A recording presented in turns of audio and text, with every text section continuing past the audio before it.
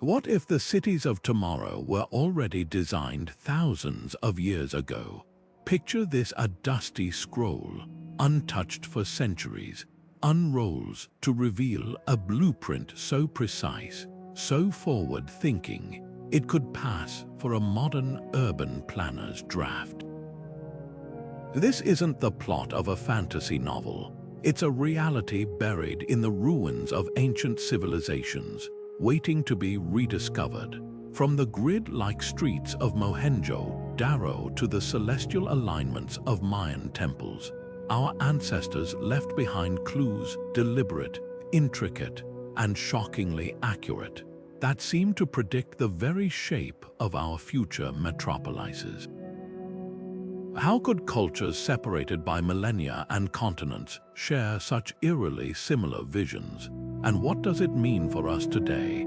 The answers lie in 26 extraordinary secrets hidden in these ancient blueprints, codes etched into stone, ink, and sacred geometry. Think of them as time capsules, not just preserving the past but whispering to the future. The Egyptians mapped out ventilation systems that mirror today's sustainable architecture. The Romans engineered roads with gradients modern engineers still admire. Even the plumbing systems of the Indus Valley rival contemporary designs. These aren't coincidences. They're proof of a sophistication we're only beginning to understand. But here's the real mystery. Were these blueprints mere practical guides, or did they hold deeper, almost prophetic knowledge about how humanity would one day build its cities? This journey isn't just about connecting dots across time. It's about unraveling a puzzle that challenges everything we thought we knew about progress. As we explore these 26 hidden secrets, you'll see how the past doesn't just echo. It speaks directly to our urban future. Maybe the key to solving today's challenges, overcrowding, pollution, even social design, has been waiting in these ancient archives all along. So let's dig deeper, piece by piece, and uncover the astonishing truth that the cities we're building now might have been imagined long before the first brick was ever laid. The question is, are we finally ready to listen? The Dendera temple in Egypt holds a secret that blurs the line between ancient wisdom and modern design. Its ceiling, adorned with a stunning zodiac map, wasn't just decoration, it was a blueprint. When researchers compared its star patterns to the streets of Cairo, they found something uncanny. The temple's constellations didn't just mirror the night sky, they matched the layout of entire neighborhoods. It's as if the priests of Dendera weren't just stargazers but city planners, weaving celestial patterns into the very fabric of urban life. This wasn't random. The Egyptians believed in a sacred principle, as above, so below, that the earthly world should reflect the divine order of the heavens. Temples, streets, even the placement of market squares followed this cosmic logic. Take the district of Heliopolis, where avenues radiate like sunbeams from a central temple, mimicking the rays of Ra. Or the Nile's bends, which were mirrored in the curves of ceremonial pathways, turning the city into a living map of the river's sacred flow. But here's what's truly astonishing. Modern architects are rediscovering the genius of this approach. Studies show that cities aligned with natural patterns like Cairo's star grid have better airflow, more efficient traffic, and even a sense of harmony that concrete jungles lack. The ancients didn't just build cities, they encoded them with a hidden science, one we're only now deciphering. Were they predicting urban design trends thousands of years early? Or did they understand something about balance and energy that we've forgotten? Either way, the Dendera blueprint isn't just a relic, it's a challenge. A reminder that the best cities might not be invented but remembered. Deep in the jungles of Guatemala, the ruins of Tikal tell a story far beyond towering pyramids and lost kings.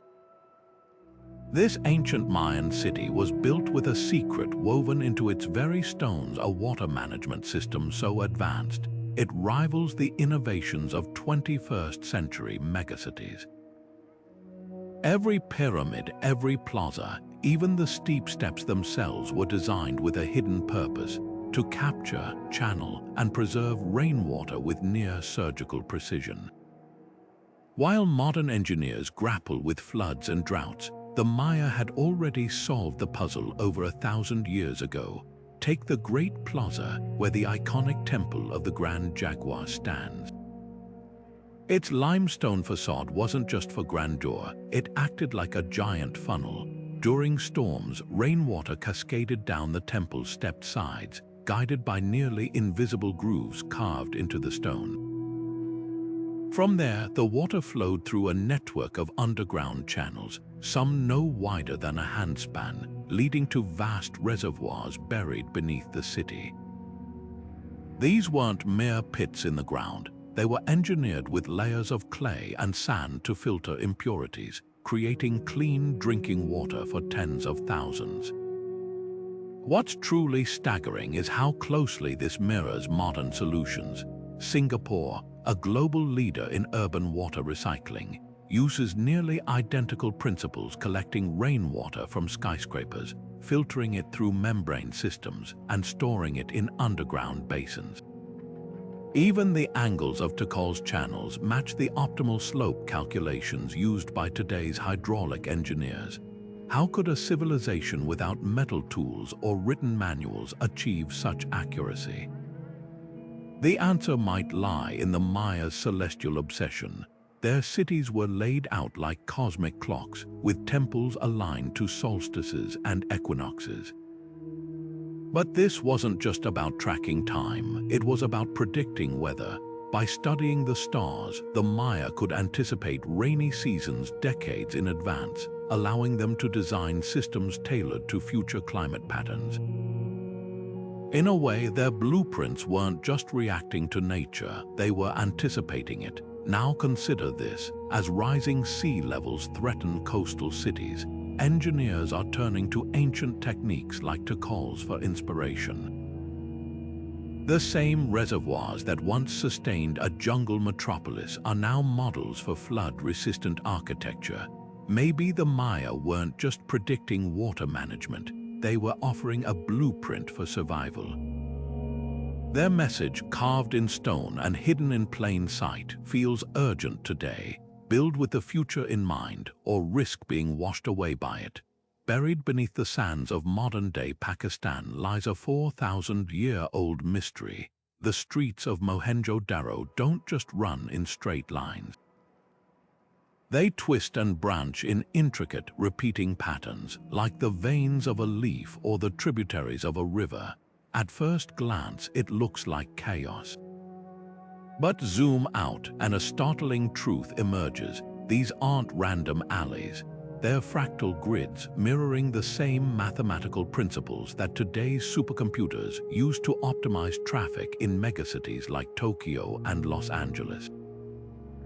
The genius of Mohenjo-Daro's design lies in its nested neighborhoods.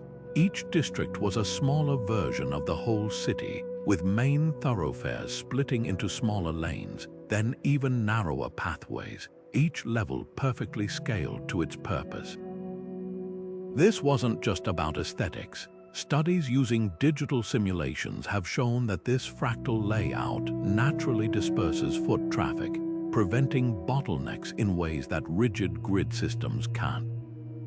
Archaeologists found no evidence of crowded markets or clogged intersections, even though this was one of the world's first cities to house over 40,000 people. Now, fast forward to Barcelona's revolutionary superblocks. Urban planners there recently tore up conventional grid designs, replacing them with self-contained mini-districts where cars take the long way around, while pedestrians and bikes move freely through fractal-like shortcuts.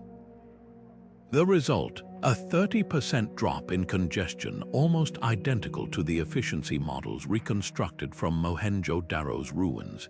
The eerie similarity raises a haunting question. Did the Indus Valley civilization stumble upon this design by trial and error, or did they possess a lost science of urban mathematics?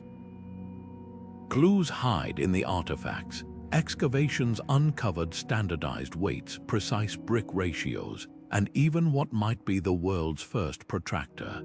Tools suggesting the Harappans didn't just build intuitively. They calculated. Their sewer systems, for example, used gradients so exact, modern engineers initially assumed they were laid with laser levels. But here's the twist. Unlike the Egyptians or Maya, the Harappans left no temples or royal decrees boasting of their genius.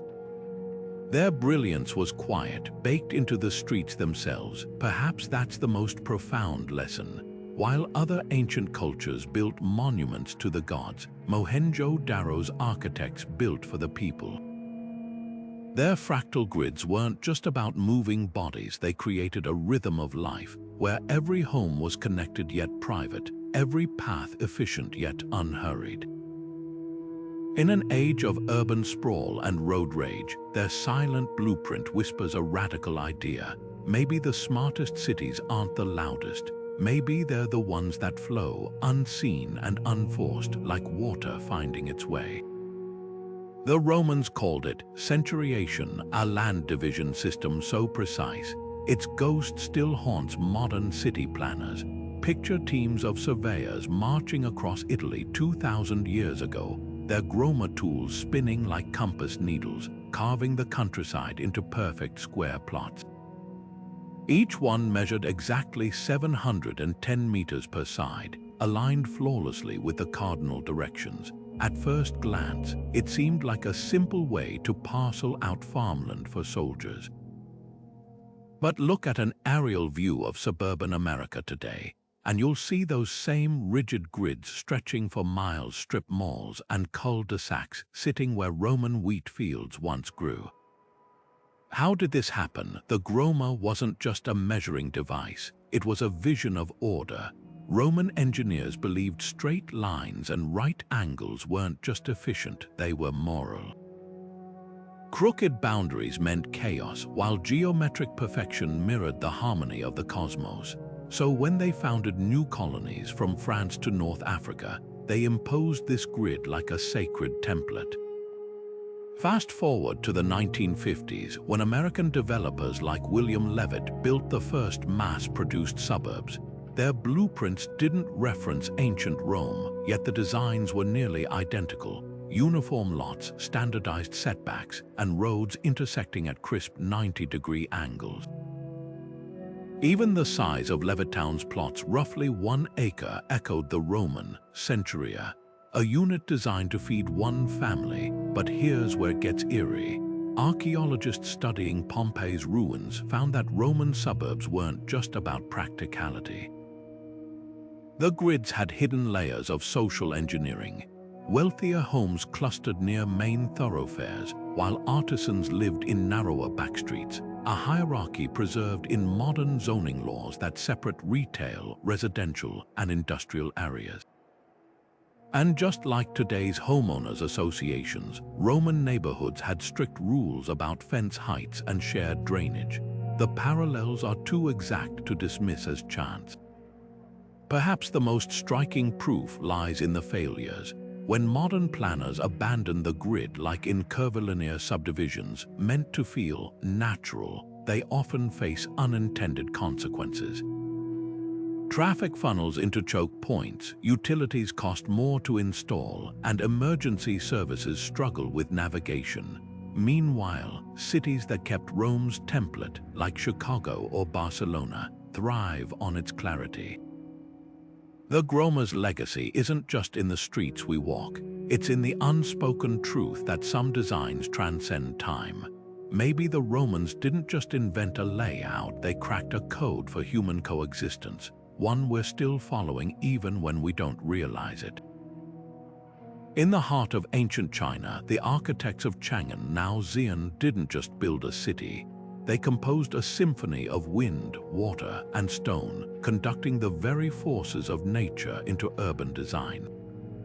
Their secret, Feng Shui, the art of geomancy that mapped invisible energy lines beneath the Earth's surface.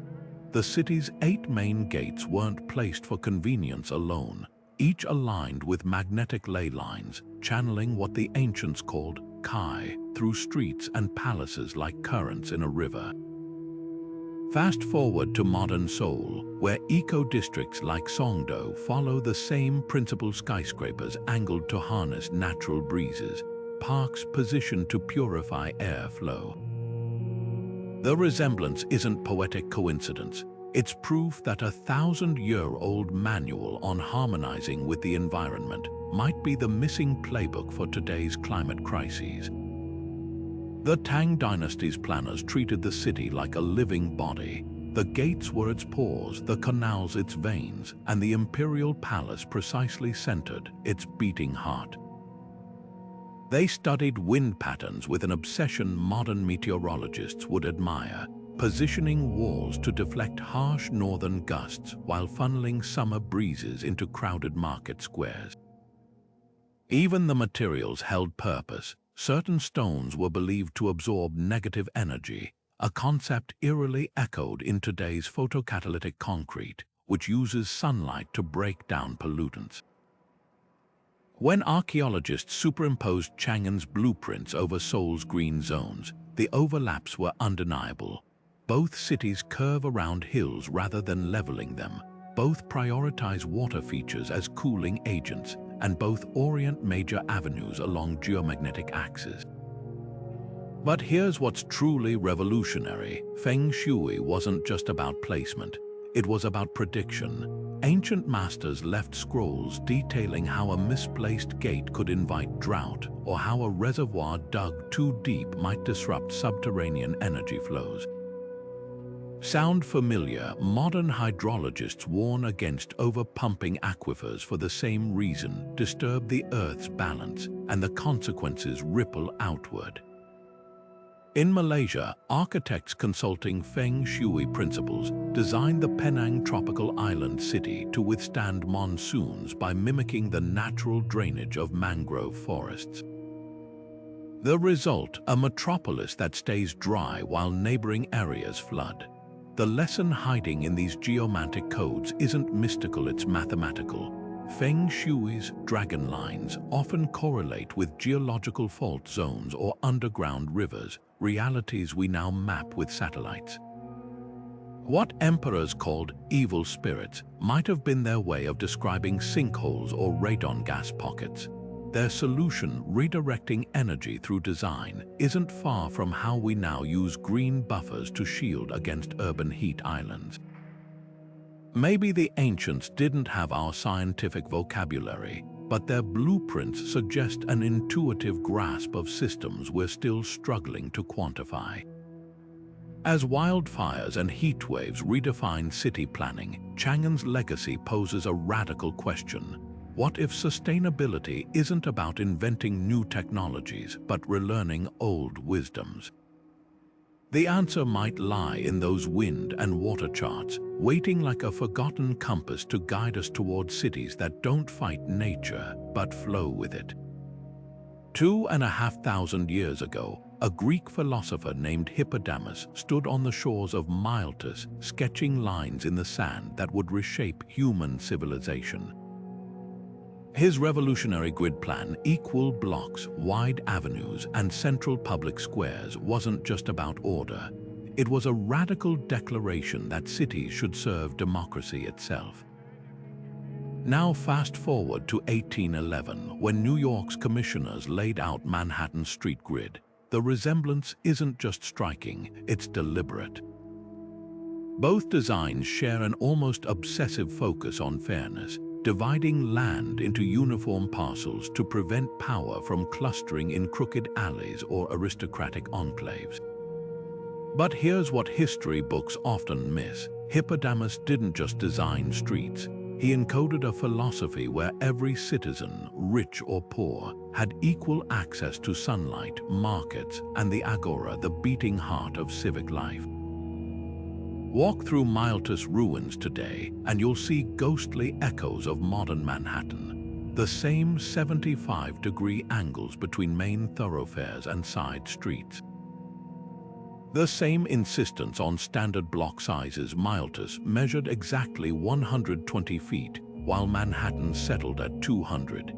Even the public spaces align. Where Miltus had its agora, Manhattan has its parks, both deliberately placed at the intersections of major axes. But the real genius lies in what these grids prevented. Unlike medieval cities that grew organically into mazes favoring the powerful, Hippodamian grids forced transparency.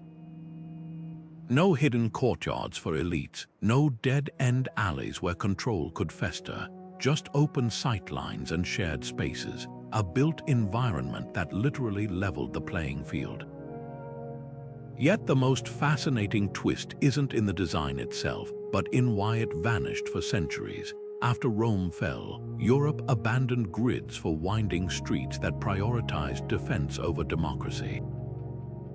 It took the Enlightenment and America's experiment in egalitarianism to resurrect Hippodamus' vision when New York's planners rejected L'Enfant's radial C style plan for their grid. They weren't choosing simplicity, they were making a political statement. Like the Greeks, they believed straight lines could straighten society.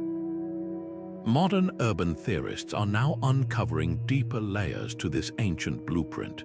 Studies show grid cities have lower income inequality than their labyrinthine counterparts. The reason: uniform lots prevent land hoarding, while frequent intersections create more high-value corners for small businesses. Even crime rates drop in grid neighborhoods, a phenomenon Miltus likely knew well, where the wide, well-lit streets left no shadows for thieves to hide. So was Hippodamus the first urban planner, perhaps, but more importantly, his grid was the first to understand that cities aren't just collections of buildings.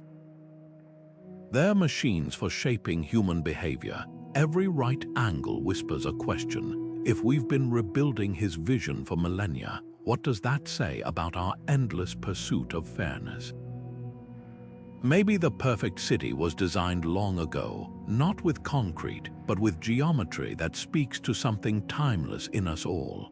High in the Andes, where tectonic plates grind like restless giants, the Inca built cities that shrugged off earthquakes.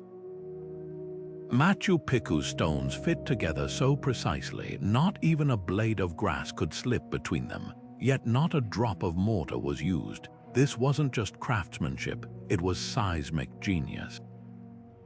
Each block, shaped to interlock like a three-dimensional puzzle, could shift and settle during tremors without collapsing. Modern engineers call it dynamic masonry, a technique now embedded in Tokyo's tallest skyscrapers, where flexible joints and weighted foundations mimic the Inca's ancient wisdom. But here's the mystery. How did a civilization without written language or iron tools perfect a system that still baffles architects today? The answer lies in the terraces. Machu Picchu's iconic stepped slopes weren't just for farming, they acted as shock absorbers, breaking seismic waves into smaller, harmless ripples. Recent laser scans revealed something astonishing. Beneath the visible stone walls, the Inca buried layers of gravel and sand, creating a natural damping system almost identical to the base isolators used under modern hospitals and nuclear plants. Even the city's placement defied logic. Perched between two fault lines, it should have been a death trap.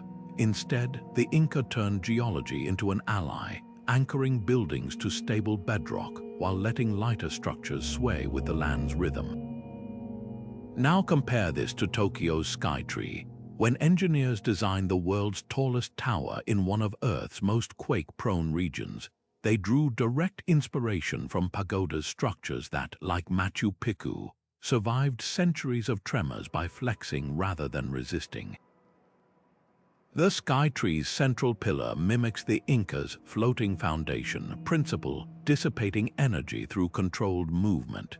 Even more striking, Both systems rely on what physicists call harmonic damping, using a structure's own vibrations to cancel out destructive forces. The Inca achieved this with nothing but stone hammers and celestial observations, but perhaps the most humbling lesson isn't technical, it's philosophical.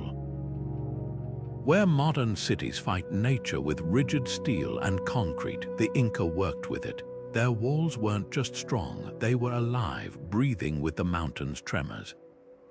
In Peru's Sacred Valley, farmers still rebuild collapsed Spanish colonial walls after every quake, while Inca structures stand unshaken after 600 years. The difference: the Spanish built to dominate, the Inca built to dance. As climate change amplifies natural disasters, this ancient approach feels eerily prescient.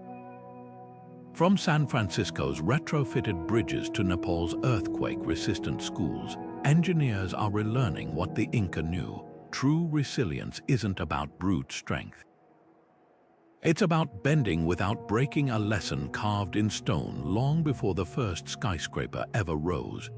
Beneath the scorching deserts of ancient Persia lies a hidden network so vast it rivals today's subway systems, but these tunnels didn't carry trains. They carried life itself. The Canats, invented over 2 millennia ago, were gravity-fed water channels that stretched hundreds of miles, bringing mountain springs to arid cities without a single pump or engine. What's astonishing isn't just their scale, it's how closely they mirror the underground utility labyrinths beneath modern metropolises like London and Tokyo. The same principles that kept Persepolis thriving in drought now cool Singapore's skyscrapers and shield New York's power lines from hurricanes. The genius of the Canat was in its simplicity. Teams of diggers, called mucanis, tunneled from the foothills down to settlements, maintaining a precise gradient, just 1 degree of slope for every mile, to let water flow silently for centuries. Ventilation shafts, spaced like subway exits, doubled as access points for maintenance, eerily resembling the service tunnels under Paris or Seoul. But here's what modern engineers find most remarkable: the Canats were self-regulating. In winter, when mountain snowmelt surged, the tunnels absorbed excess water like a sponge, preventing floods. In summer, they released stored moisture slowly, acting as natural reservoirs. Cities from Yazd to Bam flourished in landscapes where others saw only wasteland. Fast forward to 21st century Los Angeles, where engineers are battling a water crisis with a solution straight from Persia's playbook. The city's spreading grounds, vast basins that recharge underground aquifers, work on the same principle as Canats, capturing stormwater instead of letting it vanish into the ocean. Even London's super sewer, a 25-kilometer tunnel designed to prevent Thames pollution, uses the ancient Persian trick of gravity-fed flow. The resemblance is uncanny right down to the arched brickwork, a design the Persians perfected to withstand earthquakes, but the Canats' legacy goes beyond water. Their branching, decentralized structure inspired modern utility grids. When Tokyo's planners needed to earthquake-proof their gas lines, they studied Canat networks, realizing their multiple pathways prevented system-wide failures. Barcelona's district cooling system, which pipes chilled water underground to air-condition entire neighborhoods, owes its efficiency to the same idea: let gravity do the work. Even the fiber optic cables snaking beneath Silicon Valley follow Canat-like routes, shielded in tunnels that stay cool without energy-guzzling pumps. The mucanis left no blueprints, just miles of hand-dug tunnels and a proverb: the Canat teaches patience. Maybe that's the real secret buried in these ancient water highways. In an age of quick fixes and brittle infrastructure, they remind us that the most enduring solutions aren't forced. They flow, adapting to the land's rhythm. As droughts intensify and cities sink, the Canats whisper a question: What if the next leap forward isn't invention but rediscovery? High above the nave of Sharter's cathedral, the rose window spreads its jeweled petals in a geometry so precise it seems to hold the heavens in frozen motion. But look closer, the same patterns repeat in the streets of Paris itself. The cathedral's radiating tracery, once thought to symbolize divine light, mirrors the spiral layout of the city's arrondissements with uncanny precision. This isn't poetic coincidence. Medieval architects didn't just build churches, they encoded entire urban futures in stained glass and stone. Take the labyrinth etched into Sharter's floor, a winding path pilgrims once walked on their knees. Superimpose it over a map of medieval Paris, and the labyrinth turns a line with major thoroughfares, its center marking the Isle de la Cité. Even the cathedral's flying buttresses, those graceful stone arcs, correspond to the bridges spanning the Seine. Historians long dismissed these parallels as mystical fancy, until laser scans revealed the ratios between the window's segments match the proportional divisions of Paris land parcels down to the centimeter. How could 13th century masons working with rudimentary tools achieve such mathematical exactitude? The answer lies in the sacred geometry of the Templars. These monk knights weren't just warriors, they were master surveyors who mapped Jerusalem's streets after the Crusades. When they returned to Europe, they brought a revolutionary idea that cities should be earthly reflections of the celestial order. Charters became their living blueprint, its dimensions based on the same harmonic ratios found in ancient Greek city-states, the rose window's 12 petals. They echo the 12 gates of the New Jerusalem from the Book of Revelation, but also the 12 main districts of medieval Paris. Modern urbanists are now decoding the practical genius behind this sacred symbolism. The cathedral's alignment creates natural wind tunnels that funnel breezes through the nave, a passive ventilation system later replicated in Paris Haussmann-era boulevards. Even the stained glass had a purpose beyond beauty. Its colors were calculated to diffuse sunlight evenly, much like today's smart glass regulates building temperatures. But here's the real revelation: these blueprints weren't static.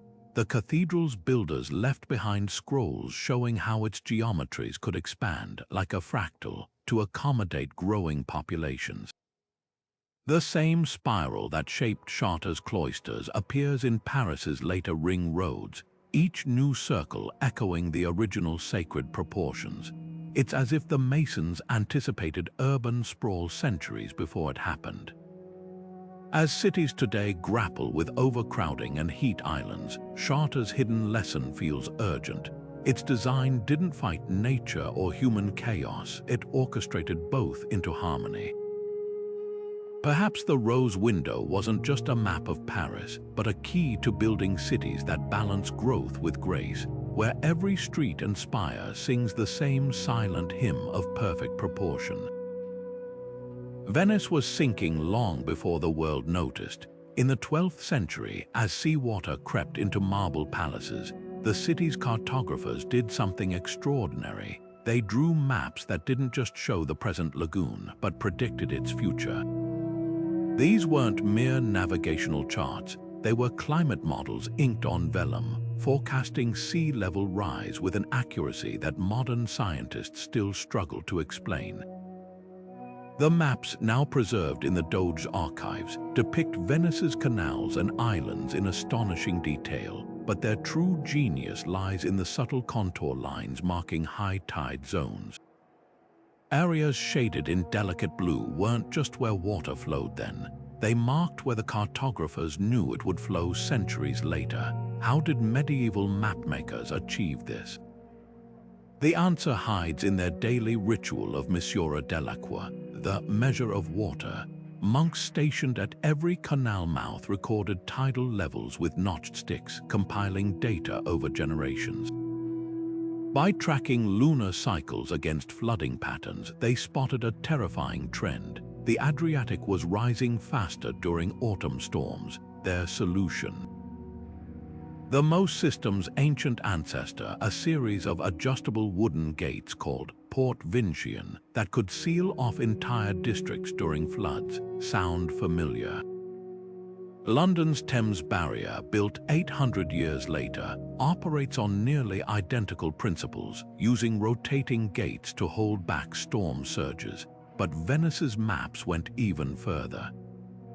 Cross-referenced with modern satellite data, their tidal predictions align within centimeters of today's measurements. This precision wasn't magic, it was mathematics. The cartographers used Fibonacci sequences, recently introduced from Arabia, to calculate how coastal erosion would accelerate. Their projections accounted for variables we've only recently recognized, like subsidence from groundwater extraction. One map even includes a cryptic note about the water's hunger, likely referencing how rising seas would increase saltwater intrusion into freshwater wells, a problem plaguing modern coastal cities from Miami to Jakarta. The real shock came in 2019, when engineers compared these medieval maps to Venice's current most flood barriers. The gates' placements matched the 12th century flood zones exactly, as if today's engineers had simply traced the ancient line. Even the barrier's height calculations mirrored the medieval predictions, accounting for centuries of sea level rise the cartographers had foreseen. What does this mean for us? Venice's maps suggest that climate science isn't a modern invention, it's a rediscovery. The monks didn't have satellites or supercomputers, but they had something we've lost: the patience to observe nature across generations. As our own cities brace against rising oceans, their faded ink holds an urgent lesson. Sometimes the best way to see the future is to study the past, not in years but in tides. When Spanish conquistadors first saw Tenetitlan rising from Lake Texcoco, they swore they'd found a vision of paradise. Towers gleaming with gold, causeways straight as arrows, and everywhere water. But the true marvel wasn't the grand temples, it was the floating gardens called chinampas, artificial islands woven from reeds, mud, and willow roots that fed 200,000 Aztecs without a single plow. Fast forward to Amsterdam's 17th century golden age, where merchants built narrow canal houses on wooden piles, a design shockingly similar to the Aztecs' floating grids. Both civilizations, separated by an ocean and centuries, cracked the same code. To live with water, you don't fight it, you build with it. The chinampas weren't just farmland. They were living machines. Layers of aquatic plants acted like sponges, absorbing floodwaters during storms and releasing moisture in droughts. Willow roots, planted along the edges, grew into natural breakwaters that stabilized the islands. Sound familiar? Amsterdam's canal houses use nearly identical principles. Their foundations rest on wooden pilings driven deep into the soggy earth, while hollow walls provide buoyancy during floods. Even the spacing matches. Both Tenetitlan's garden plots and Amsterdam's houseboats sit precisely one canal width apart, creating water channels that double as transportation routes and drainage systems. But here's what modern engineers find most revolutionary. The chinampas were climate-proof. By anchoring crops to floating beds, the Aztecs avoided soil salinity, a crisis now destroying farmland from Bangladesh to Louisiana. Their secret, layering lake sediment with decaying vegetation, created a self-fertilizing system that yielded 7 harvests a year, outperforming modern industrial agriculture. Dutch engineers unknowingly replicated this in their polders, using windmills to cycle nutrient-rich water between fields. Today, as rising seas threaten deltas worldwide, these ancient techniques are making a comeback. Mexico City's Xochimilco district still farms on original chinampas, while Rotterdam's floating neighborhoods borrow their modular design to ride out storm surges. The real lesson lies in the failures. When the Spanish drained Lake Texcoco to build Mexico City, they ignored the Chinampas' wisdom. The result, a metropolis that sinks 30 centimeters a year as its aquifer collapses. Meanwhile, Amsterdam's canal houses, built on the Aztec model, have stood for 4 centuries without subsiding. The difference is in the philosophy. One saw water as an enemy to conquer, the other as a partner to embrace. As floods reshape our coastlines, Tenetitlan's ghost whispers a warning. The cities of the future won't be built on dry land. They'll float, just as they did in the past, not because we've invented something new, but because we've finally remembered what was lost. Buried in the ruins of Mohenjo-Daro, archaeologists uncovered a mystery wrapped in clay. Thousands of bricks, each identical in size and shape, stacked with machine-like precision. At first glance, they seem unremarkable, but measure them and the truth emerges. Every single brick follows the same ratio: 4 units long, 2 units wide, 1 unit thick. Not roughly, exactly, the margin of error, less than 1 millimeter across the entire city. This wasn't just good craftsmanship. It was a system of standardization so advanced, it predates modern modular construction by 4,500 years. Now fast forward to Dubai's skyline, where prefabricated skyscrapers rise in months instead of years. The secret behind this speed: identical steel and glass modules, mass-produced off-site and snapped together like Lego. The dimensions may be different, but the principle is the same: uniformity equals efficiency. Even the tolerances match. Modern prefab units are calibrated to within 2 millimeters, just a hair's breadth looser than the Harappan's brickwork. Coincidence or proof that one of the most revolutionary ideas in modern architecture was already ancient before the first pyramid was laid? The Harappans didn't stop at bricks. Their entire civilization ran on standardization. Weights, measures, even the width of streets adhered to strict ratios. Excavations reveal something astonishing. The bricks weren't just uniform within Mohenjo-Daro. Samples from distant Harappan settlements, separated by hundreds of miles, matched down to the same millimeter. This implies a centralized authority, or at least a shared blueprint, enforcing consistency across an area larger than ancient Egypt and Mesopotamia combined. Today, we take this for granted. Think of how every USB plug fits every port. But in 2600 BCE, this was nothing short of genius. But here's the twist. Modern engineers assumed standardization was a product of industrialization, born from assembly lines and steam power. The Harappans had neither. So how did they achieve such precision without even a written measurement system? The answer might lie in their tools. Archaeologists found notched bones and marked cords, early calipers and rulers, suggesting they didn't guess dimensions. They replicated them, passing knowledge through hands, not hieroglyphs. Dubai's Burj Khalifa owes its existence to this same principle. Its prefabricated modules were built in South Korea, shipped across oceans, and assembled flawlessly because every piece was identical. The Harappans did the same with bricks floated down the Indus River. Both civilizations understood, when every component fits, construction becomes not just faster but smarter. Waste shrinks, labor sinks, cities rise on schedule, yet the Harappans took it further. Their bricks weren't just uniform, they were indestructible. Fired at temperatures modern kilns still use, they've survived millennia of monsoons and earthquakes. Compare that to today's disposable prefab panels, often replaced within decades. Maybe the real lesson isn't just about standardization, but longevity. The Harappans built for eternity, while we build for deadlines. As 3D printed housing promises a new era of modular design, those ancient bricks whisper a challenge. Uniformity isn't just about speed. It's about crafting a legacy where every piece, no matter how small, holds the weight of the future.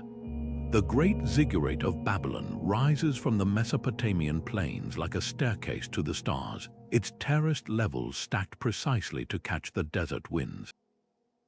But what if these towering temples weren't just spiritual monuments? What if they were the ancient world's most advanced cooling systems?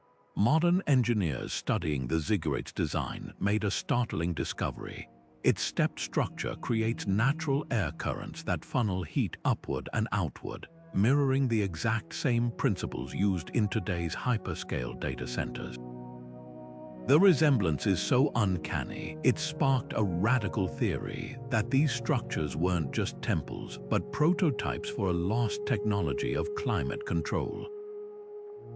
Take Google's data centers in Finland, where servers are cooled by seawater flowing through labyrinthine channels. Now compare that to the Zigorate's core, a network of clay pipes that channeled groundwater through its foundation, creating a passive cooling effect. Both systems rely on convection, leveraging height differentials to move air without mechanical assistance. Even the spacing of the Zigorate's terraces matches the staggered server racks in Amazon's AWS facilities, designed to prevent hotspots. The difference: the Babylonians achieved this without electricity, using nothing but geometry and an intimate understanding of wind patterns. But here's where it gets fascinating. Cuneiform tablets from the reign of Nebuchadnezzar describe the Zigorate not just as a place of worship, but as the house of the bond of heaven and earth, a phrase some scholars now interpret as a metaphor for information processing. The temple's 7 levels, each painted a different color representing celestial bodies, may have functioned as a physical database. Priests stored astronomical records on clay tablets in the cooler lower chambers, while the upper levels, kept dry by the wind-driven airflow, preserved delicate star charts. In essence, the Zigorate wasn't just cooled, it was organized like a giant hard drive, with data physically sorted by thermal requirements. This idea isn't as far-fetched as it sounds. Modern supercomputers like Japan's Fugaku use similar zoning, placing heat-sensitive optical components at the top of their towers, where airflow is strongest. Even the Zigorate's outer glaze, a shimmering blend of bitumen and crushed ceramic, reflects sunlight just like the radiative coatings on Microsoft's underwater data pods. The parallels suggest the Babylonians weren't just building for ceremony. They were solving the same thermal challenges we face in the age of AI. Now, imagine applying their passive cooling to today's energy-guzzling server farms. Data centers already consume 2% of global electricity, much of it spent on air conditioning. But in Dubai, architects testing Zigorate-inspired designs for a new AI hub reported a 40% drop in cooling costs simply by mimicking the ancient stepped profile. The same breezes that cooled Nebuchadnezzar's priests are now optimizing neural networks. Perhaps the Zigorate's greatest secret isn't in its bricks, but in its philosophy. Where we brute force solutions with power, the Babylonians worked with nature's rhythms. Their supercomputer didn't fight the desert heat, it danced with it, turning the wind itself into a silent partner. As our servers strain under the demands of ChatGPT and quantum computing, that lesson feels more urgent than ever. Sometimes the future isn't invented. It's remembered. 2,300 years before Rotterdam's robotic cranes began stacking containers with algorithmic precision, Carthage sailors navigated a harbor so advanced it seemed to think for itself. The city's circular ports, twin rings of stone and water, weren't just shelters for ships. They were a geometric algorithm in physical form, streamlining trade flows with a logic that modern logistics hubs still emulate. At first glance, the design appears simple: an outer ring for commercial vessels, an inner ring for military fleets, connected by a narrow channel. But what made it revolutionary wasn't the shape, it was the hidden intelligence behind every curve. The Carthaginians understood something modern ports struggle with. Bottlenecks aren't about space, they're about movement. By forcing ships to enter and exit through a single controlled passage, the circular design eliminated chaotic crossings. Merchants didn't waste hours negotiating crowded docks. They followed the current, literally. Water flowing through the channel created a natural conveyor belt, guiding vessels to open berths while preventing gridlock. Sound familiar? Rotterdam's automated Maasvlak terminal uses the same principle, replacing water flow with autonomous vehicles that follow digital currents to optimize cargo handling. Even the distances match Carthage's inner ring, measured exactly 150 meters across. The same optimal span engineers now prescribe for robotic port zones to minimize transit time. But here's where it gets eerie. Ancient texts describe how Carthage harbor masters used colored flags to signal berth availability, creating a real-time data system sailors could read at a glance. Today's ports use LED panels, but the function is identical: visual algorithms reducing decision fatigue. Archaeologists even found evidence of a centralized control island in the harbor's heart, where officials tracked ship movements using scaled-down models. It was less a dock and more a giant game board, with every piece moved according to rules that maximized efficiency. Modern logistics AI takes this further, but the bones remain the same. When IBM designed the software for Singapore's megaport, they modeled it on swarm intelligence systems where individual agents, like ships or robots, follow simple rules that collectively create sophisticated patterns.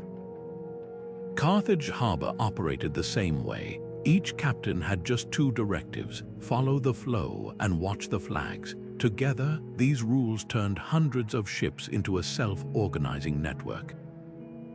No supercomputer needed, just geometry and human instinct aligned like cogs in a machine. The real proof lies in the failures. After Rome destroyed Carthage, they rebuilt the ports in a traditional grid. The result: chronic congestion that took centuries to resolve. It wasn't until the 1960s, when circular marine roundabouts reappeared in Japan's Kobe harbor, that shipping speeds matched Carthaginian records. Today, as blockchain and AI promise to revolutionize trade once more, those ancient stone rings whisper a warning: the smartest systems aren't always the most complex. Sometimes they're the ones that help chaos find its own order. Beneath Istanbul's bustling streets, a silent army of Medusa heads and marble columns stands guard over one of history's most ingenious water systems, the Basilica cistern. Built by Byzantine engineers in the 6th century, this subterranean cathedral of water didn't just store rain. It purified it using techniques so advanced, modern scientists are only now unraveling their secrets. The cistern's filtration system, a layered maze of charcoal, sand, and porous stone, didn't just remove debris, it harnessed beneficial bacteria to break down toxins. A biological trick Singapore's cutting-edge water plants would replicate 14 centuries later. What's astonishing isn't just the scale of these underground reservoirs capable of holding 80,000 cubic meters of water, but their self-maintaining design. Byzantine engineers lined the cisterns with a special mortar infused with crushed ceramics and lime, creating a pH-balanced surface that discouraged harmful algae.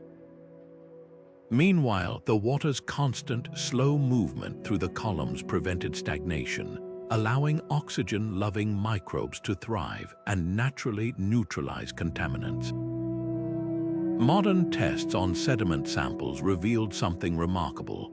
The same strains of nitrifying bacteria used today in wastewater treatment plants were already present, cultivated by accident or intention in this ancient ecosystem. Singapore's engineers faced a similar challenge in the early 2000s: how to recycle wastewater for drinking without relying entirely on energy-intensive filters. Their solution mimicked the Basilica system's passive biology. Any water's membrane bioreactors combined sand filtration with bacterial colonies, a direct echo of the Byzantine system. Even the system's most mysterious feature, the two Medusa heads placed upside down and sideways as column bases, hints at deeper knowledge. Recent studies suggest their porous limestone may have acted as natural biofilters, their uneven placement slowing water flow to optimize microbial contact time. But here's the real revelation: the Byzantines didn't stop at clean water. They engineered resilience. During sieges, when enemies poisoned aqueducts with dead animals, the system's microbial communities adapted, digesting organic matter before it could sicken the population. Today, as climate change strains urban water supplies, this ancient approach offers a blueprint.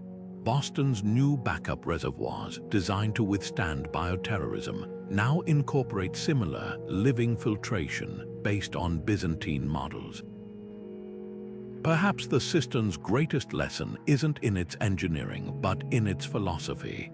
Where modern systems rely on chlorine and UV to sterilize, the Byzantines worked with nature's own cleaners. Their water wasn't just safe, it was alive, a symbiotic dance of stone and microbe that turned scarcity into abundance. As desalination plants battle rising costs and chemical waste, those silent columns whisper an alternative. Sometimes the purest solutions are the ones that have been flowing all along. In the dense jungles of Cambodia, where tree roots strangle ancient stones, lies a water grid so vast it dwarfs modern megacities. Inca's engineers didn't just build temples, they sculpted an entire landscape into a hydraulic masterpiece, with reservoirs and canals forming precise fractal patterns that repeat from the smallest village channels to the grandest ceremonial moats. What's astonishing isn't just the scale, over 1,000 square kilometers of engineered waterways, but how closely their 9-century-old blueprints mirror Amsterdam's 21st century climate adaptation plans. Both systems face the same enemy: too much water and not enough, often in the same year. The Khmer solution, a self-regulating network where every drop knew its place. Take the West Barre, a reservoir stretching 8 kilometers long. Unlike modern dams that fight against nature, this colossal basin worked with the monsoon cycle. During rains, it captured floodwaters through a web of feeder canals. In dry seasons, the same channels reversed flow, releasing moisture to irrigate rice fields via capillary action through carefully layered soils. Sound familiar? Amsterdam's Room for the River program uses near-identical principles, creating overflow zones that absorb flood peaks while ensuring steady water supply during droughts. Even the dimensions align. The Barre's depth-to-surface ratio matches Dutch polder calculations to prevent stagnation and algae growth. But here's what truly defies belief: Inca's grid wasn't static. Archaeologists using LiDAR technology discovered subcanals that shifted position over centuries, adapting to changing rainfall patterns. The Khmers didn't just predict climate shifts, they engineered elasticity into their city's veins. Modern hydraulic models show these adjustments precisely compensated for the medieval warm period's erratic monsoons, buying the empire 2 extra centuries of stability. Rotterdam's climate-proof neighborhoods now replicate this adaptive approach with adjustable weirs and expandable retention ponds. The genius lies in the fractal geometry. Every neighborhood's small reservoir connected to larger district basins, which fed into the monumental barrays, a hierarchical system that distributed risk. When one area flooded, excess water cascaded seamlessly to the next level without overwhelming the whole network. Amsterdam's current sponge city upgrades follow the same logic, using chains of ponds and parks to absorb rainfall where it lands. Even the tree-lined canals of Inca, once thought purely aesthetic, served a critical function. Their roots stabilized banks while filtering pollutants, just like Amsterdam's newly planted water gardens. What crumbled Inca wasn't faulty engineering, it was abandoning the blueprint. When rulers neglected maintenance to fund grander temples, the fractal network clogged. Reservoirs silted up, and a single dry season triggered collapse. Today, as Jakarta and Miami face similar crossroads, Inca's ruins stand as both warning and inspiration. The KHMers proved cities could dance with nature for centuries, but only if they never stopped listening to the rhythm of the rain. Long before the term solar city entered our vocabulary, Viking settlers were carving towns from the frozen earth with an uncanny awareness of the sun's path. In Reykjavik's oldest district, the streets don't meander, they angle precisely to catch the first rays of the winter solstice sunrise, flooding homes with precious light during the darkest months. This wasn't accidental urban planning. Recent laser surveys of Norse sites across Greenland and Iceland reveal a startling pattern. Entire villages aligned like sundials, with longhouses positioned to maximize solar gain.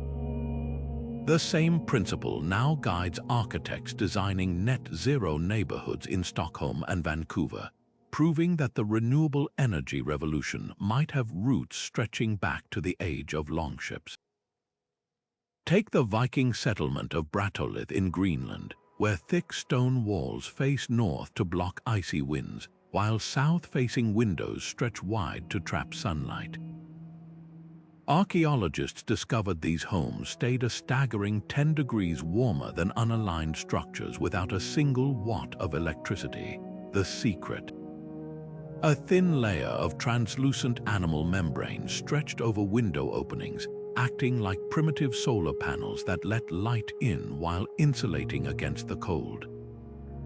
Fast forward to modern Norway, where engineers at the powerhouse Brattokea building used triple glazed glass and automated shades to achieve the same balance. The materials may have changed, but the physics remains identical. But the Norse didn't just chase sunlight, they stored it.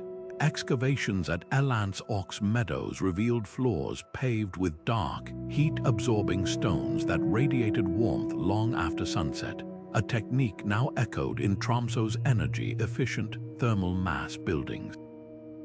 Even their legendary saunas, or eldhus, functioned as early district heating systems, with underground channels distributing excess heat to nearby homes. This wasn't just survival. It was a sophisticated understanding of passive solar principles that today's engineers quantify with complex algorithms. What's truly groundbreaking is how these alignments hint at a deeper cosmic awareness. The Vikings didn't have compasses, they navigated by tracking the sun's declination, using notched shadow sticks to measure its arc. Some scholars believe their town layouts doubled as colossal calendars, with certain buildings lighting up only on equinoxes, marking time in beams of light. Modern solar communities like Babcock Ranch in Florida use nearly identical solar alignment for daylight harvesting, proving that ancient sky wisdom translates seamlessly to smart grids. As climate change pushes architects to rethink energy use, these Viking blueprints offer more than historical curiosity. They provide working models. When Copenhagen's Nordhavn district needed a carbon-neutral design, planners studied Norse settlements to optimize building angles. The result, a 20% reduction in heating demand just by positioning structures like 10th century longhouses. Maybe the Vikings weren't just raiders and traders, but the original renewable energy pioneers, proving that sometimes the greenest technology isn't the newest, it's the one that's been tested by centuries of winters. When Suleiman the Magnificent commissioned his grand mosque complex in Istanbul, he wasn't just building a place of worship, he was designing an entire city within a city. The Suleymaniye Kuliye, completed in 1557, wasn't just a collection of beautiful domes and minarets. It was a meticulously planned ecosystem where every element, from hospitals to soup kitchens, schools to markets, worked in harmony. Fast forward to 21st century urban planning, and you'll find this same philosophy at the heart of today's most innovative mixed-use developments. The resemblance isn't coincidence. It's proof that the Ottomans cracked a code for urban living that modern planners are still trying to perfect. At first glance, the Kuliai's layout seems simple, a mosque at the center, surrounded by supporting structures.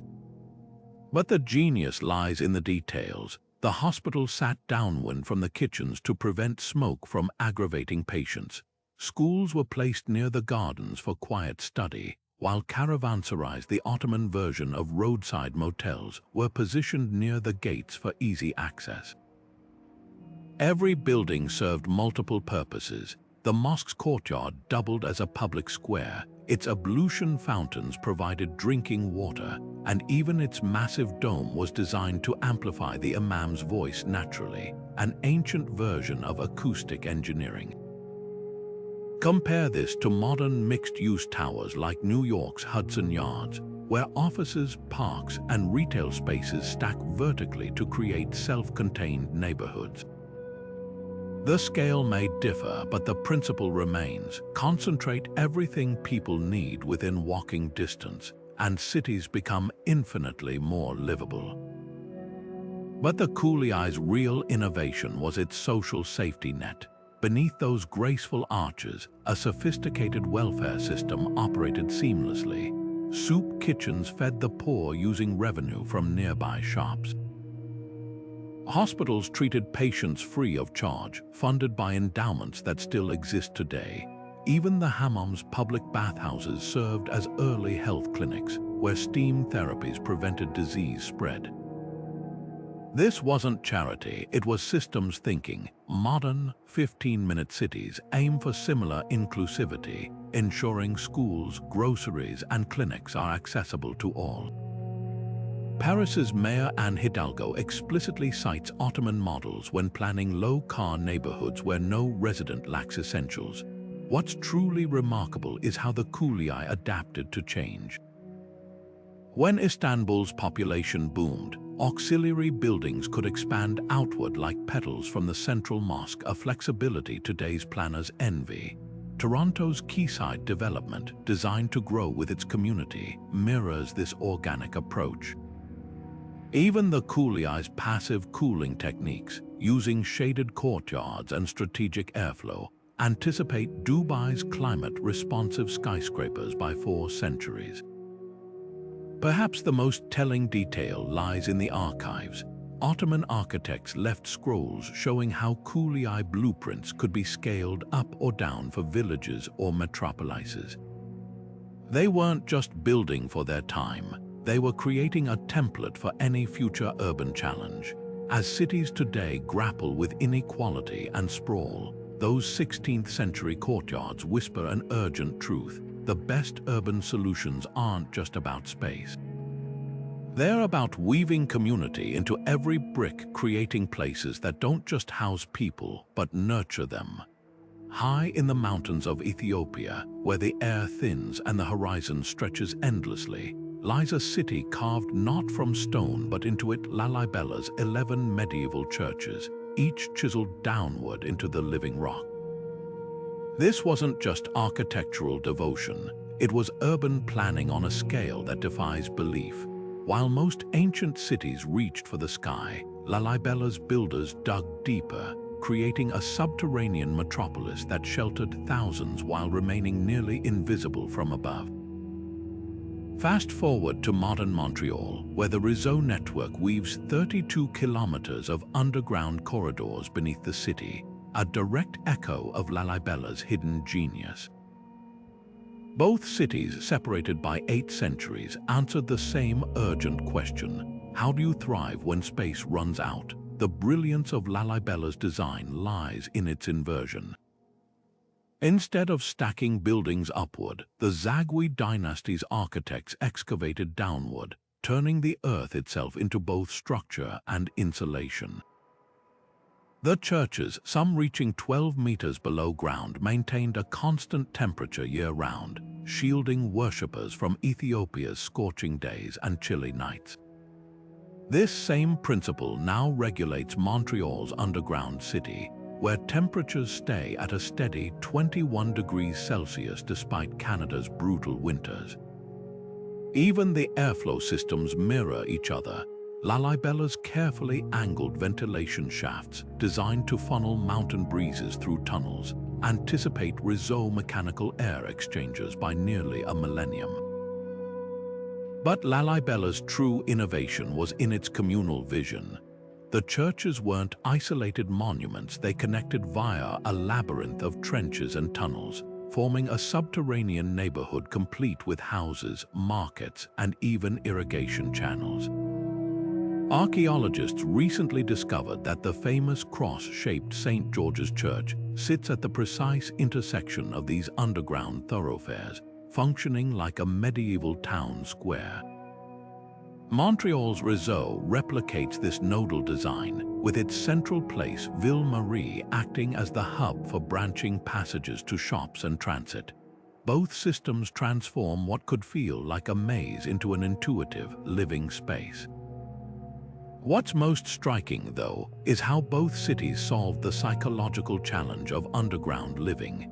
Lalibella's builders carved intricate windows and light shafts that painted church interiors with shifting solar patterns, creating the illusion of open sky. Modern studies show this technique, now called biophilic design, reduces claustrophobia by 70%. Réseau architects unknowingly followed suit, installing skylights and atriums that bring daylight deep below ground. Even the materials tell the same story. Lalibella's red volcanic rock absorbs and diffuses light softly, much like the polished granite lining Montreal's passages.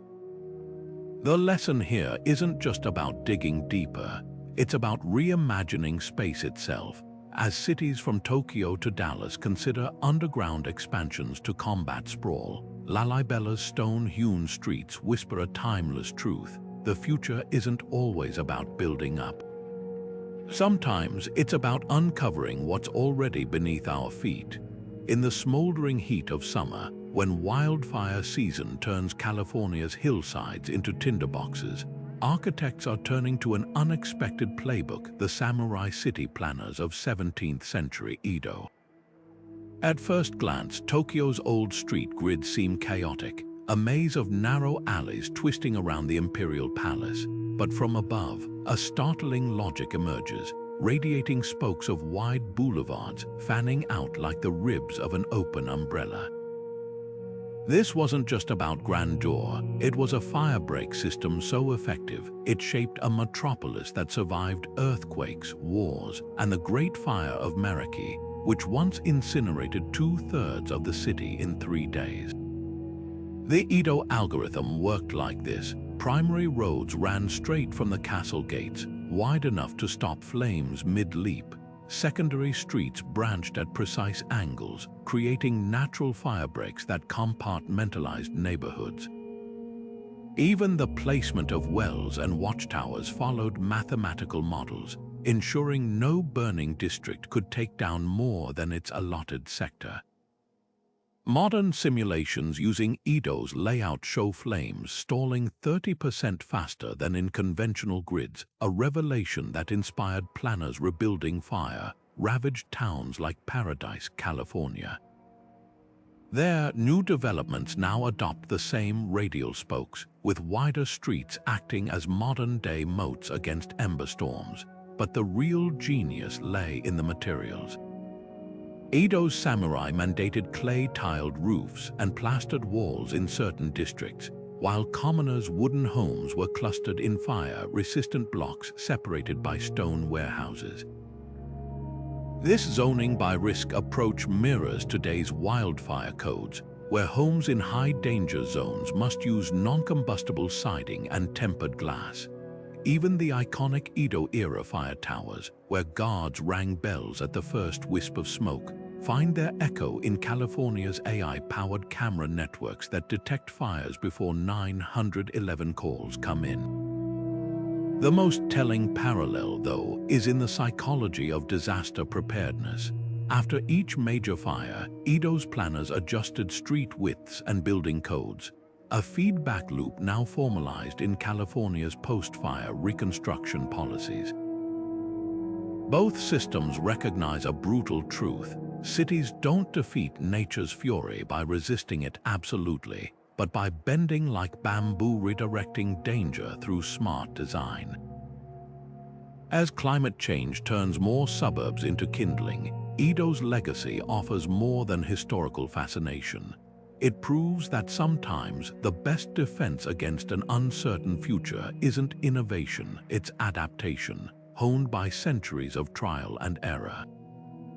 The samurai didn't just build a city, they engineered resilience into its very bones, leaving a blueprint for survival in an age of flames. Across the vast Pacific, where waves carve islands like scattered puzzle pieces, Polynesian navigators built villages that didn't just face the sea, they spoke its language. These weren't random clusters of huts, they were celestial blueprints etched in coral and palm wood, each home positioned according to star paths and wave rhythms passed down through chants. Modern engineers studying these coastal layouts made a jaw-dropping discovery. The same patterns that guided voyagers to undiscovered islands also created natural tsunami buffers, a design principle now saving lives from Japan to Chile. Take Nan Madol in Micronesia, a maze of artificial islets built atop coral reefs. Unlike mainland cities that sprawl inland, its structures align with the Kavanga star compass lines used for navigation. Houses face specific angles to let storm surges flow through open channels, while elevated foundations mimic the reef's natural wave-breaking contours. When the 2011 tsunami hit, modern ports nearby were obliterated, but Nan Madol's ancient quarters saw minimal damage. The reason? Its staggered layout, mirroring the V formations of migrating seabirds, dissipated energy just like today's breakwater arrays. The real magic lies in how these star-aligned villages function as living tide charts.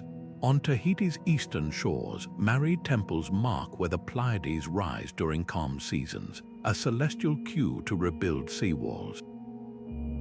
In Hawaii, petroglyphs along the Kohala coast map wave refraction patterns, showing where to place homes outside the death zone of winter swells. Modern oceanographers using 3D modeling found these petroglyph maps accurate within 3 degrees, matching data from wave buoys. It's as if the Polynesians didn't just observe the ocean, they decoded its hidden grammar.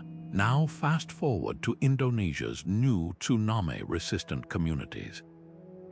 Architects there have adopted the lalang system, a direct descendant of Polynesian wisdom, where houses stand on stilts angled like outrigger canoes, allowing water to pass underneath without toppling walls. Even the spacing follows the old star paths, clusters of 9 homes, the same number of guiding stars in traditional navigation, creating gaps that act as pressure release valves. The results speak for themselves. During recent tests with simulated tsunami waves, lalang villages survived impacts that flattened conventional layouts. But the most profound lesson isn't in the designs, it's in the philosophy. Where modern engineering often tries to dominate the sea with concrete barriers, Polynesian blueprints work like dance partners, yielding at just the right moment. Their star paths weren't just maps, they were conversations with nature, written in constellations and whispered in breaking waves. As rising oceans redraw coastlines, those ancient voices grow louder, reminding us that resilience isn't about standing against the tide but learning to move with it. The symmetrical perfection of Agra's Mogul Gardens isn't just about beauty, it's a geometric manifesto, a coded language of power and harmony etched into the earth itself. When Emperor Baba first laid out the Charbog Gardens in the 16th century, dividing them into 4 precise quadrants with radiating waterways. He wasn't just recreating Persian paradise, he was engineering an urban template that would shape cities for centuries. Fast forward to 1912, when British architect Edwin Lutyens began designing New Delhi's imperial center. The sweeping boulevards and roundabouts of Lutyens' zone, with their meticulous axial alignments and radial sightlines, didn't just borrow from Mughal aesthetics, they replicated their DNA. The resemblance is no accident. Hidden in dusty colonial archives are Lutyens' own sketches, where he scribbled notes beside diagrams of Humayun's tomb gardens, marveling at how their geometry could tame chaos into order. What made these gardens so revolutionary? It's in the numbers. Mughal planners used a strict ratio 1 part water channel to 3 parts planted terrace to create microclimates that cooled entire neighborhoods. The same math now governs Delhi's diplomatic enclave, where tree-lined avenues and reflecting pools lower ambient temperatures by nearly 5 degrees. Even the symbolism transcends time. The 4 quadrants of a charbagh represented the Islamic cosmos: earth, water, fire, and air, while Lutyens' concentric circles echoed the British Empire's civilizing mission. Both were political statements masquerading as landscaping, but the real magic lies underground. Excavations at Agra's Mehtab bog revealed an advanced hydraulic system, clay pipes feeding fountains in perfect synchronization, maintaining water pressure without pumps. Modern engineers studying New Delhi's drainage were stunned to find nearly identical principles at work. Lutyens' team, whether knowingly or not, replicated the Mughals' gravity-fed network, using subtle gradients to keep water moving through the city's veins. The difference, where Mughal engineers concealed their brilliance beneath fragrant jasmine beds, the British flaunted theirs in grand civic displays.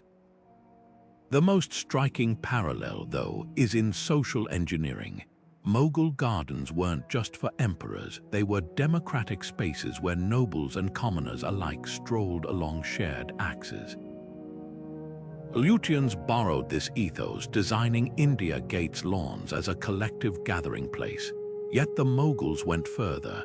Their gardens doubled as open-air courts, hospitals, even universities, a multifunctionality that prefigured today's mixed-use urban parks. When Singapore's gardens by the bay needed a blueprint for blending recreation with environmental education, they turned not to European models, but to Akbar's 16th century learning gardens in Fatehpur Sikri. As megacities grapple with heat islands and inequality, these ancient designs offer more than nostalgia. Studies show neighborhoods incorporating Mughal-inspired symmetry report higher social cohesion. The geometry itself seems to foster connection. Maybe it's no coincidence that the happiest districts in modern Delhi still cluster around those old garden axes, where the past's quiet wisdom lingers in the shade of neem trees and the whisper of fountains. The Mughals didn't just build gardens, they planted seeds of urban harmony we're still learning to cultivate. Long before asphalt highways and blinking traffic signals, Europe's Celtic tribes engineered a solution to congestion that would feel eerily familiar to modern commuters. The oppidum of Bibracte, perched atop Burgundy's Mount Beuvray, wasn't just a fortified settlement, it was a meticulously planned transit hub where concentric rings of earthworks functioned like proto-roundabouts, channeling carts, livestock, and foot traffic with Bronze Age precision. Archaeologists studying the site's layout made a startling realization. The 3-tiered ramparts didn't just defend against invaders. They created a multi-lane system that separated speeds and directions, anticipating the spaghetti junctions of today's freeway interchanges by nearly 3,000 years. What made Bibracte's design so revolutionary was its understanding of flow. The outermost ring, wide enough for 8 ox carts abreast, handled heavy incoming goods. A middle circuit paved with crushed limestone allowed faster pedestrian movement. The innermost path, reserved for elite chariots, connected directly to the central forum, a system mirroring modern HOV lanes and express routes. Laser scans revealed something astonishing. The angles between connecting paths averaged 120 degrees, the exact same geometry civil engineers now use to minimize collision points in rotary intersections. This wasn't accidental. Celtic surveyors left behind notched wooden measuring wheels showing precise gradations, proving they calculated turns to optimize momentum and reduce congestion. The real genius emerged during excavations of the Eastern Gate. Unlike Roman cities with single-file bottlenecks, Bibractis entrance split into parallel channels marked by colored posts, green for agricultural goods, red for smithing materials, white for perishables. Sound familiar? It's the same color coding system used in contemporary cargo terminals and warehouse districts.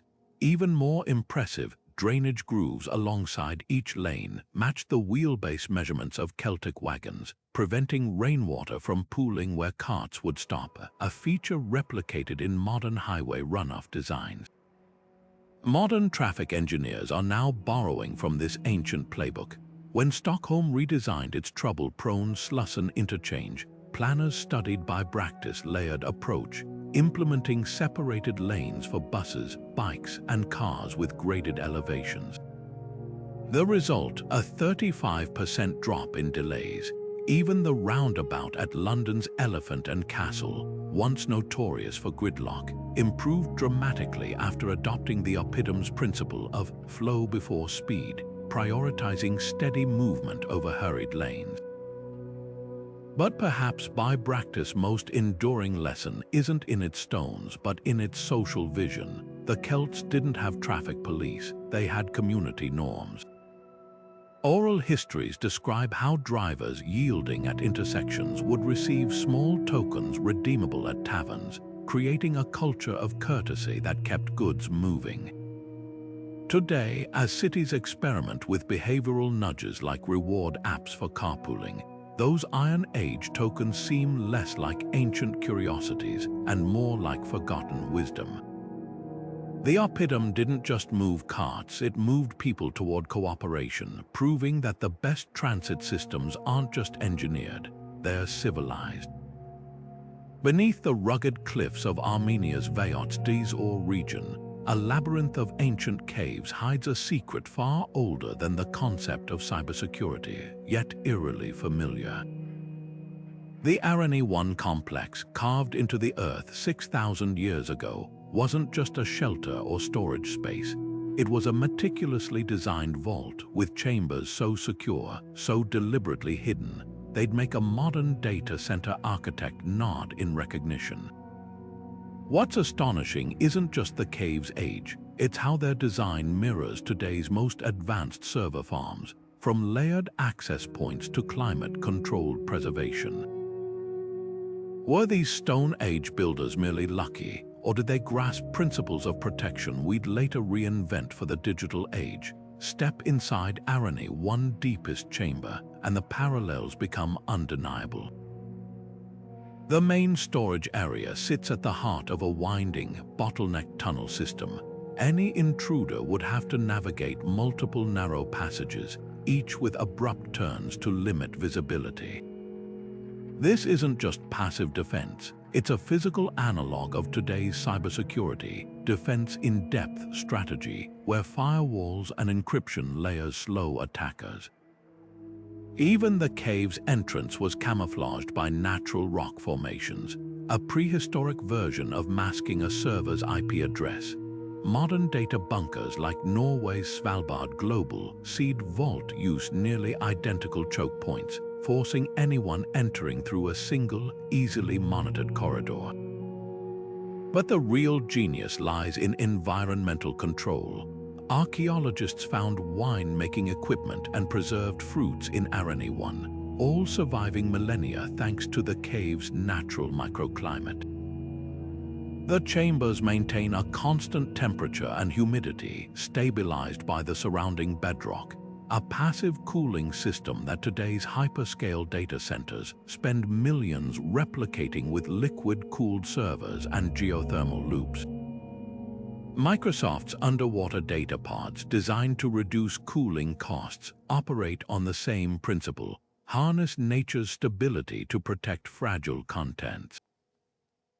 The difference: the Armenians achieved it with stone tools and observation, not supercomputers.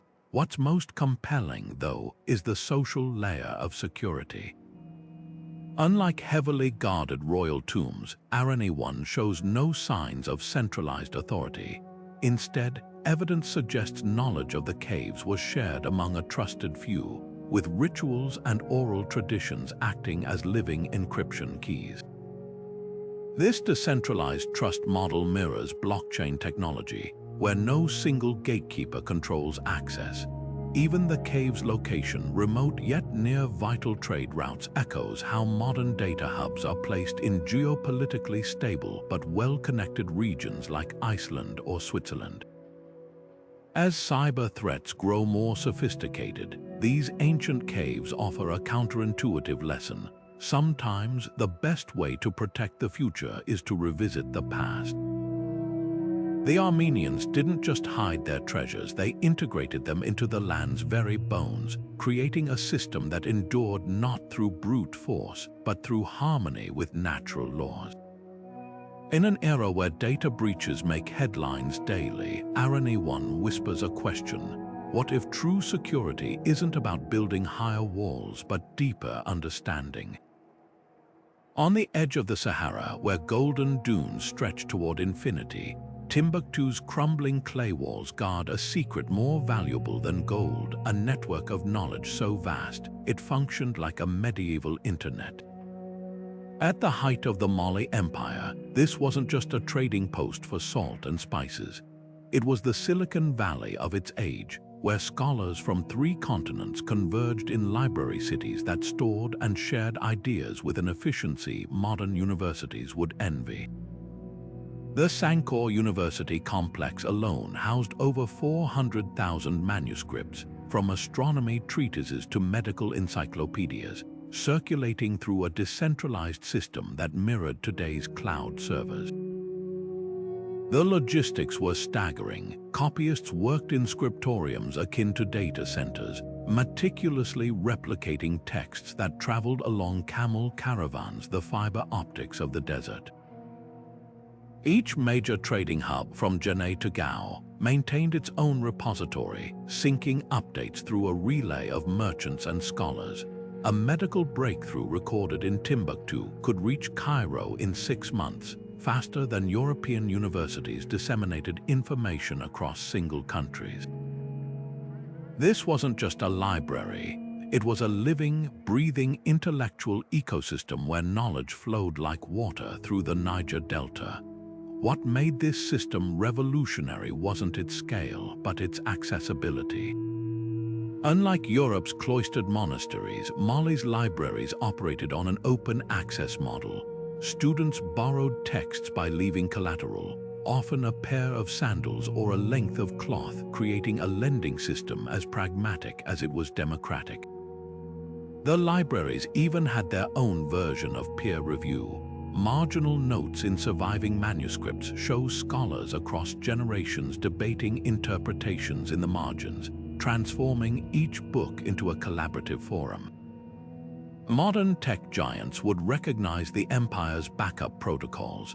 Critical texts were duplicated and distributed across multiple cities, ensuring no single disaster could erase humanity's collective wisdom.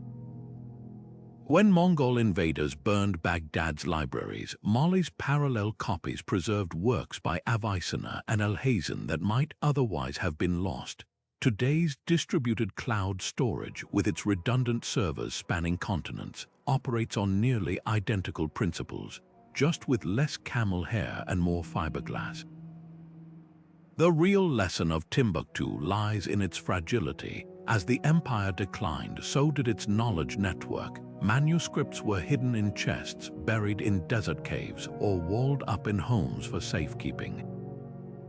For centuries, the world forgot this intellectual marvel until digital archivists began scanning the surviving texts, reuniting the fragments of this medieval internet.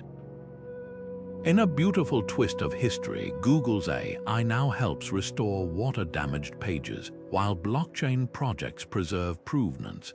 The circle closes, a 15th century data network resurrected by 21st century technology. Perhaps the library city's greatest legacy isn't in their scrolls, but in their vision.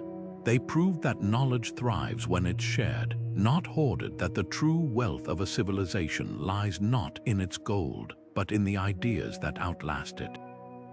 As we grapple with digital divides and vanishing archives, Timbuktu whispers across the dunes, the future of knowledge might just be hiding in the past. Imagine navigating a continent without maps, roads, or written language, just the rhythm of a song passed down through generations, its verses encoding every mountain, river, and waterhole across thousands of miles. This is Australia's ancient songline system, a living atlas woven into melody by Aboriginal peoples for over 60,000 years. Far more than simple folk tunes, these intricate musical pathways formed a cognitive blueprint of the land, guiding travelers with pinpoint accuracy across vast, featureless deserts. Now, cutting-edge urban planners from Melbourne to Montreal are adapting this ancient acoustic wisdom to design cities that don't just occupy space, they sing with it. At the heart of songline navigation lies a revelation. Sound shapes our perception of space. Each note in a traditional songline corresponds to specific landmarks. A high pitch might signal a rocky outcrop, while a sustained hum indicates a hidden spring. The tempo changes with distance. Faster rhythms mean greater gaps between waypoints. Modern experiments using GPS tracking have confirmed their precision. Elders following songlines can walk straight to remote sites they've never physically visited, guided solely by the music's embedded coordinates. This isn't just memory, it's an auditory algorithm refined over millennia. Acoustic urbanists are now applying this principle to combat the disorientation of modern cityscapes. In Tokyo's Shinjuku station, where overlapping train lines and exits baffle even locals, designers installed melodic cues inspired by songlines. Different platforms play unique tonal sequences that subconsciously guide commuters, reducing wrong turns by 40%. Copenhagen's Sound City project takes it further, composing neighborhood-specific soundscapes where the pitch of bicycle bells or the resonance of footpaths varies subtly to denote district boundaries. A 21st century echo of Aboriginal singers distinguishing desert from woodland through vibrational shifts. But the real magic happens underground. London's Crossrail engineers faced a unique challenge: how to orient passengers in the labyrinthine depths of its new Elizabeth Line stations. Their solution, a sonic wayfinding system where ambient harmonics shift as you move toward exits, mirroring how songlines use descending scales to signal approaching destinations. The effect is uncanny. Test subjects reported instinctively knowing which way to turn, even in windowless tunnels. It's as if our brains retain an ancient fluency for musical maps, waiting to be reawakened. What modern science is only beginning to quantify, Aboriginal cultures have understood for epochs, that space and sound are entwined at a neurological level. MRI studies show songline melodies activate both auditory and spatial processing centers simultaneously, creating a mental GPS more intuitive than visual maps. Cities like Seoul and Vancouver are now zoning quiet corridors along songline principles, where the absence of certain frequencies subtly directs foot traffic away from overcrowded areas. Even autonomous vehicles are getting in on the act. Tesla's latest navigation AI includes an experimental audio-terrain mode that translates GPS data into real-time musical feedback, a direct nod to Australia's original sonic cartographers. The deepest lesson of the songlines isn't about navigation, it's about belonging. Where modern maps objectify land as something to be conquered, songlines weave the traveler into the landscape story. Each verse acknowledges not just where you are, but your relationship to that place, the plants, animals, and ancestors tied to it. This holistic approach is revolutionizing urban design. Melbourne's Green Line project embeds indigenous plant frequencies into waterfront sound installations, creating an auditory tapestry that connects pedestrians to the area's ecological history. The result, crime rates dropped and community engagement soared, proof that when a city sings its story, people listen. As megacities grow increasingly alienating, the songline metropolis offers a radical alternative. Not just streets and buildings, but a living score where every resident moves through harmony rather than grid coordinates. The oldest GPS wasn't a satellite or clock. It was a melody carrying the wisdom of countless generations who understood that to truly know a place, you must first learn its song. From ziggurates to songlines, these 26 ancient blueprints reveal something extraordinary. Our ancestors didn't just build cities. They engineered time capsules, embedding solutions to problems we're only now beginning to face. Consider this: while we scramble to design flood-proof metros and carbon-neutral skyscrapers, the Maya were perfecting water systems that balanced supply and demand centuries ago.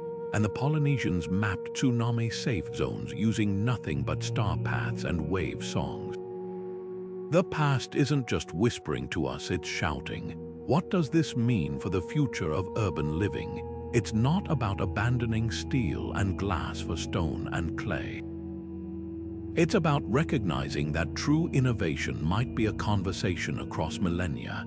Take Barcelona's superblocks inspired by Mohenjo-Daro's fractal streets, or Rotterdam's floating neighborhoods echoing the Aztecs' chinampas. These aren't nostalgic throwbacks, they're proof that ancient engineers cracked codes we're still deciphering. The difference, where we rely on brute force technology, they leveraged nature's own intelligence, designing cities that didn't just withstand chaos but thrived within it. Here's the radical question these blueprints force us to ask. What if the next leap forward isn't in some futuristic lab, but in a dusty scroll or a half-buried temple relief?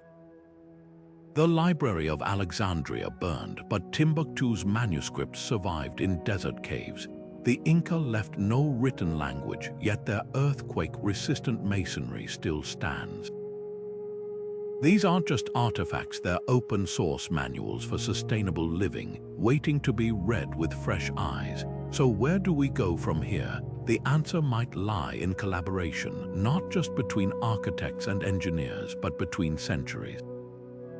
Imagine a world where AI scans Harappan bricks for undiscovered load-bearing ratios, or where astrophysicists decode celestial alignments in forgotten star maps to optimize solar farms. The seeds of tomorrow's cities aren't just in Silicon Valley. They're buried in the very ground we walk on, hidden in plain sight. The invitation is clear: look backward to build forward. Press play on history's paused blueprints, and you might just find the future already drawn in sacred geometry, in wind patterns, in the quiet hum of a songline.